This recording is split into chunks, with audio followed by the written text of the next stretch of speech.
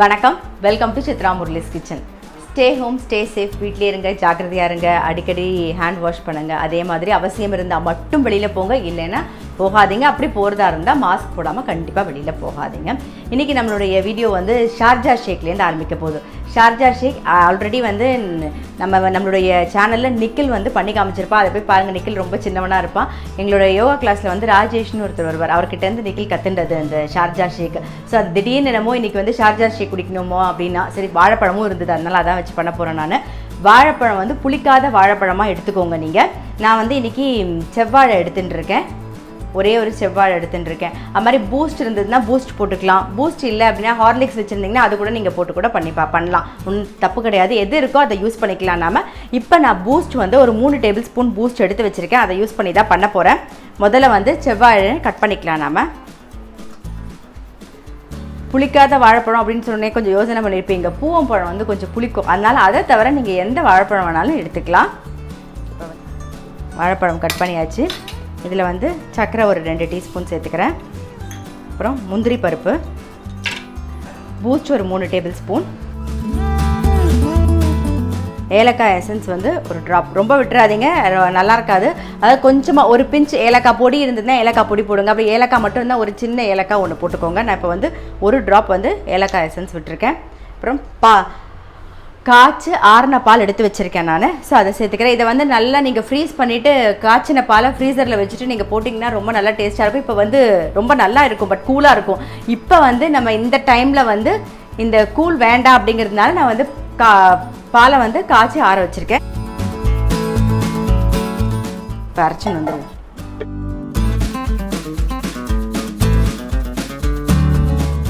நம்மளோட ஷார்ஜா ஷேக் வந்து ரெடி ஆகிடுது. அப்புறம் இந்த எசன்ஸ் வந்து கேட்டிருந்தீங்க இல்லையா, ஏலக்காய் எசன்ஸ் வந்து எங்கே கிடைக்கிறது அப்படின்னு சொல்லிட்டு, நட்ஸ் அண்ட் கிராக்கர்ஸில் கிடைக்கிறது. நான் நம்பர் வந்து டிஸ்கிரிப்ஷன் பாக்ஸில் உங்களுக்கு தரேன். நீங்கள் வேணும்னா வந்து காண்டாக்ட் பண்ணி வாங்கிக்கோங்க. இப்போ நம்ம சர்வ் பண்ணிடலாம்.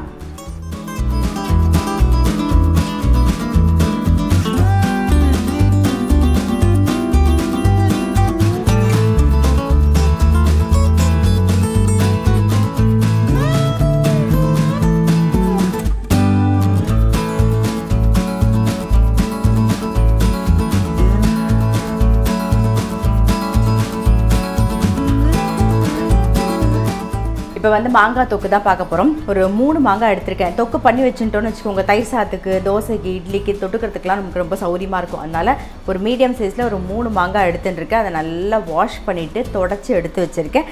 இப்போ அதை நம்ம துருவிக்கலாம். பாருங்கள், இந்த சைஸில் 3 மாங்காய் எடுத்திருக்கேன் நான். இப்போ இதை துருவிக்கலாம்.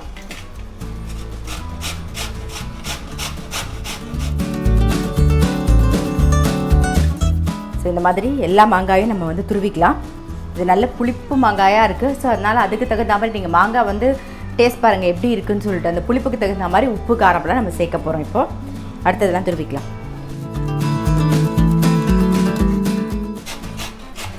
பூனையும் கூப்பிட்டுருக்கு, கேட்கும்னு நினைக்கிறேன் உங்களுக்கு. நம்ம போய் பூனைக்கு பால் கொடுத்துட்டு வந்துடலாம்.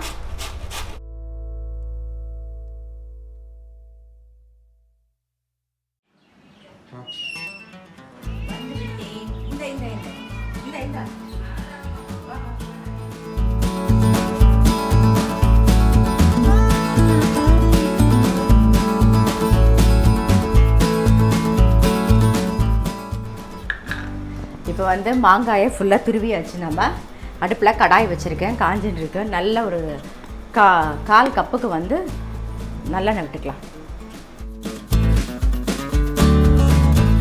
எண்ணெய் நல்லா காஞ்சிடுது. கடுகு,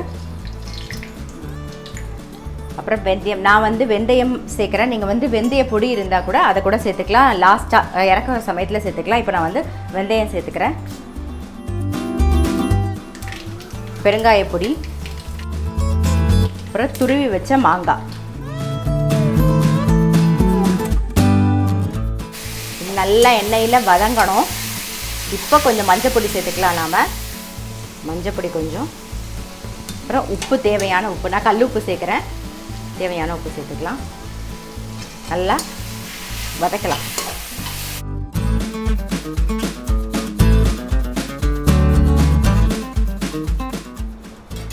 இப்போ வந்து கொஞ்சம் வதங்கியிருக்கு மாங்காய், இன்னும் கொஞ்சம் வதங்கணும். மேலாக வந்து 1 ஸ்பூன் வந்து நாட்டு சக்கரை சேர்த்துக்கலாம். வெல்லம் இருந்தால் அதை சேர்த்துக்கலாம். இப்போ நான் நாட்டு சக்கரை சேர்த்துருக்கேன். இதில் இன்னொரு ஏற்கனவே ஒரு 1/4 கப்புக்கு வந்து நல்லெண்ணெய் விட்டுருந்தோம். இன்னும் ஒரு 2 டேபிள் ஸ்பூன் வந்து மிக்ஸ் பண்ணிவிட்டு நல்லெண்ணெய் விட்டுடலாம்.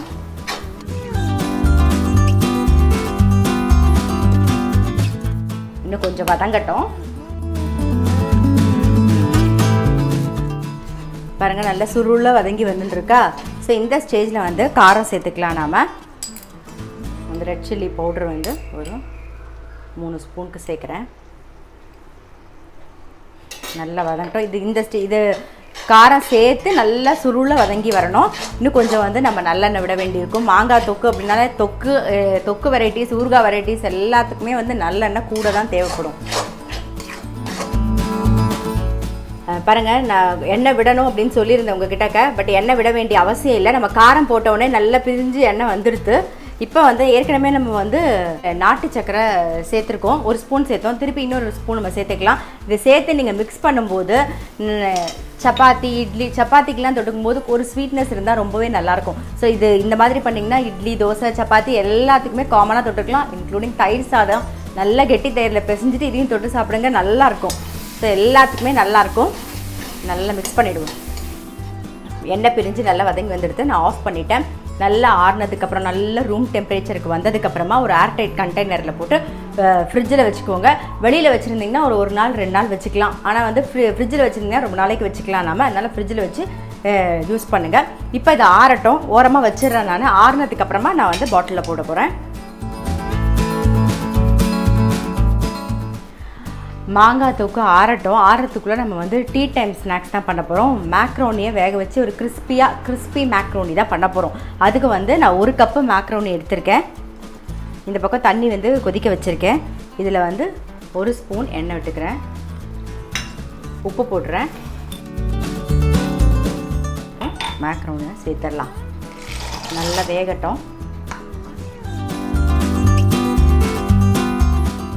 மேக்ரோனி வெந்துடுது. பார்த்தீங்கன்னா தெரியும். பாருங்கள், எல்லாமே தனித்தனியாக வெந்திருக்கு. பாருங்கள், ஒன்றுத்தோட ஒன்று சேரக்கூடாது. நெத்துன்னு வெந்திருக்கணும். இங்கே வரேன். ஸோ இந்த மாதிரி இருக்கணும், தனித்தனியாக இருக்கணும். அப்போ தான் வந்து நல்லாயிருக்கும். இப்போ வந்து தண்ணியில் வடிகட்டிடலாம்.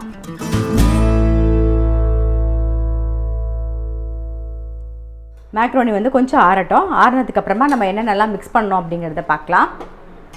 ஸோ இந்த பக்கம் ஒரு பவுல் வச்சுருக்கேன். அதில் வந்து ஃபஸ்ட்டு ஒரு 3 டேபிள் ஸ்பூனுக்கு மைதா மாவு சேர்த்துக்கலாம். அப்புறம் 2 டேபிள் ஸ்பூன் வந்து கார்ன்ஃப்ளவர், தேவையான உப்பு, red chilli powder, garam masala ஒரு 1/4 டீஸ்பூன், அப்புறம் ஆம்ச்சூர் பவுடர் ஒரு 1/4 டீஸ்பூன். எல்லாத்தையும் சேர்த்து நல்லா மிக்ஸ் பண்ணிப்போம். மாவு நல்லா மிக்ஸ் பண்ணியாச்சு. இப்போ வந்து நம்ம வேக வச்சுருக்கிற மேக்ரோனியை சேர்த்துக்கலாம். இதிலே ஈரப்பதம் இருக்கும். ஸோ முதல்ல மிக்ஸ் பண்ணிவிடுவோம். அப்புறம் வேணும்னா தண்ணி தெளிச்சிக்கலாம். நாம் கையில் வந்து கொஞ்சமாக வந்து தண்ணி தெளிச்சிக்கலாம். நாம் இன்னும் கொஞ்சம் மிக்ஸ் பண்ணிக்கலாம் தண்ணி தெளித்து.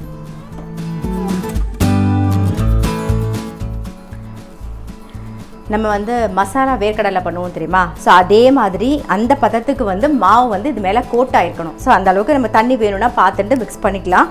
பாருங்கள், இப்போ உங்களுக்கே தெரியும் ஃபஸ்ட்டு இருந்ததுக்கும் இப்போ இருக்கிறதுக்கும் வித்தியாசம். இங்கே பாருங்கள், தண்ணி கூடி போயிடுச்சுன்னா கொஞ்சம் கொசன்னு போயிடும். ஸோ அப்போல்லாம் உதிர்ந்து வராது உங்களுக்கு. அதனால் பார்த்துக்கோங்க. தண்ணி மட்டும் பார்த்து அளவாக மெதுவாக பார்த்து விட்டுக்கோங்க. இப்போ அடுப்பில் கடாய் வச்சுருக்கேன். எண்ணெய் நல்லா காஞ்செடுத்து நம்ம போட்டுடலாம்.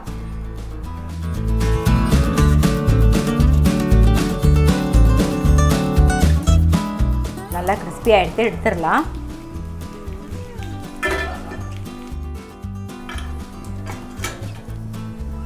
இதே மாதிரி நம்ம எல்லாமே போட்டு எடுத்துக்கலாம்.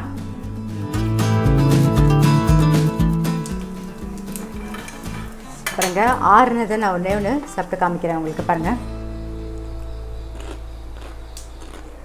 பார்த்தீங்களுக்கு தான். ஸோ ரொம்ப கிறிஸ்பியாக இருக்கும். நம்ம பொரிச்சதுக்கு அப்புறமா மேலே வந்து இன்னும் கொஞ்சம் ரெட் சில்லி பவுடர், அப்புறம் சாட் மசாலா தூவி குலுக்கிட்டு சாப்பிட்டோம்னா செம்மையாக இருக்கும். பொரிச்சு முடிச்சுட்டு நம்ம வந்து சாட் மசாலாவும் ரெட் சில்லி பவுடரும் சேர்த்துலாம். பொரிஞ்சுட்டு இருக்கிறதுக்குள்ளே பாருங்கள், இங்கே வந்து மாங்காய் தொக்கு வந்து நல்லா ஆறிடுது. தெரியுதா? அந்த நல்லா ஆறிடுது. ஸோ நான் வந்து ஒரு பாட்டிலில் வந்து நல்லா வாஷ் பண்ணிவிட்டு எடுத்து வச்சுருக்கேன். நல்லா தொடச்சி தண்ணியே இல்லாமல் எடுத்து வச்சுருக்கேன். இதில் என்ன பண்ண போகிறோன்னா 1 ஸ்பூன் நல்லெண்ணெய் விட்டுக்கோங்க. விட்டுட்டு இந்த பாட்டில் ஃபுல்லாக எப்பயுமே ஊறுகாய் தொக்கு இதெல்லாம் பண்ணும்போது இந்த மாதிரி ஃபுல்லாக எண்ணெய் இருக்கிற மாதிரி பாட்டிலை வந்து நல்லா வாஷ் பண்ணிவிட்டு ஒரே ஒரு எண்ணெய் 1 ஸ்பூனோ 2 ஸ்பூனோ எண்ணெயை விட்டு ஃபுல் பாட்டிலே அப்படியே ஃபுல்லாக வரா மாதிரி தடவி விட்ருங்க. அவ்வளோதான். பாருங்கள் ஃபுல்லாக எடுத்தா இப்போ வந்து நம்ம ஊறுகாயை ஸ்டோர் பண்ணிடலாம். அதாவது மாங்காய் தொக்கை ஸ்டோர் பண்ணிடலாம். இந்த அளவுக்கு எண்ணெய் இருந்தால் தான் கெட்டும் போகாது.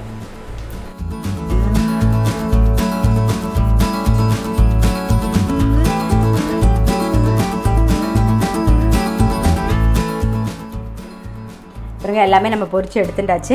இதில் வந்து மாவு மிக்ஸ் பண்ணும்போது நான் மஞ்சப்பொடி போட மறந்துட்டேன். நீங்கள் மஞ்சப்பொடி மட்டும் கொஞ்சமாக சேர்த்துக்கோங்க. இப்போ இதுக்கு மேலாக வந்து சாட் மசாலாவும் கொஞ்சம் ரெட் சில்லி பவுடரும் சேர்த்துடலாம்.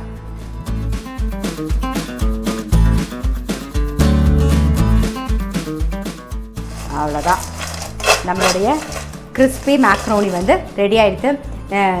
அதாவது டீயோ காஃபியோ ஏதாவதோட சேர்த்து சாப்பிடும்போது சூப்பராக நல்லா டேஸ்ட்டாக இருக்கும். ஸோ கண்டிப்பாக ட்ரை பண்ணி பாருங்கள்.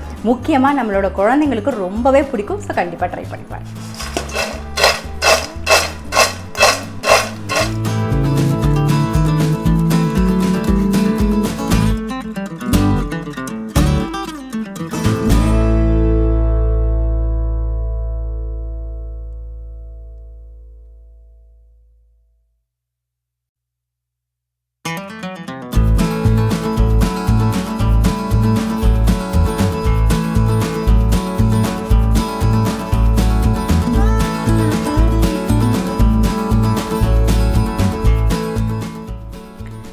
இன்றைக்கி குக்கிங் vlog வந்து எல்லோரும் பார்த்துருப்பீங்க. கண்டிப்பாக உங்கள் எல்லாருக்குமே ரொம்ப பிடிச்சிருக்கும். நம்மளோட சேனலை வந்து சப்ஸ்கிரைப் பண்ணாமல் பார்த்தீங்கன்னா கண்டிப்பாக வந்து சப்ஸ்கிரைப் பண்ணுங்கள். சித்ரா முரளிஸ் கிச்சன் ஊர் உலகம் 2 சேனல்லையும் சப்ஸ்கிரைப் பண்ணுங்கள். அது மட்டும் இல்லாமல் உங்களுடைய ஃப்ரெண்ட்ஸ்க்கும் ஷேர் பண்ணுங்கள். எப்பயுமே சொல்கிற மாதிரி ஸ்டே ஹோம் ஸ்டே சேஃப், வீட்டிலே இருங்க, ஜாக்கிரதையாக இருங்க, அடிக்கடி வந்து கையெழும்புங்க. அதே மாதிரி அவசியம் இருந்தால் மட்டும் வெளியில் போங்க. அப்படி வெளியில் போகிறதா இருந்தால் மாஸ்க் போடாமல் கண்டிப்பாக வெளியில் போகாதீங்க. நான் அடுத்த வீடியோவில் சந்திக்கிறேன்.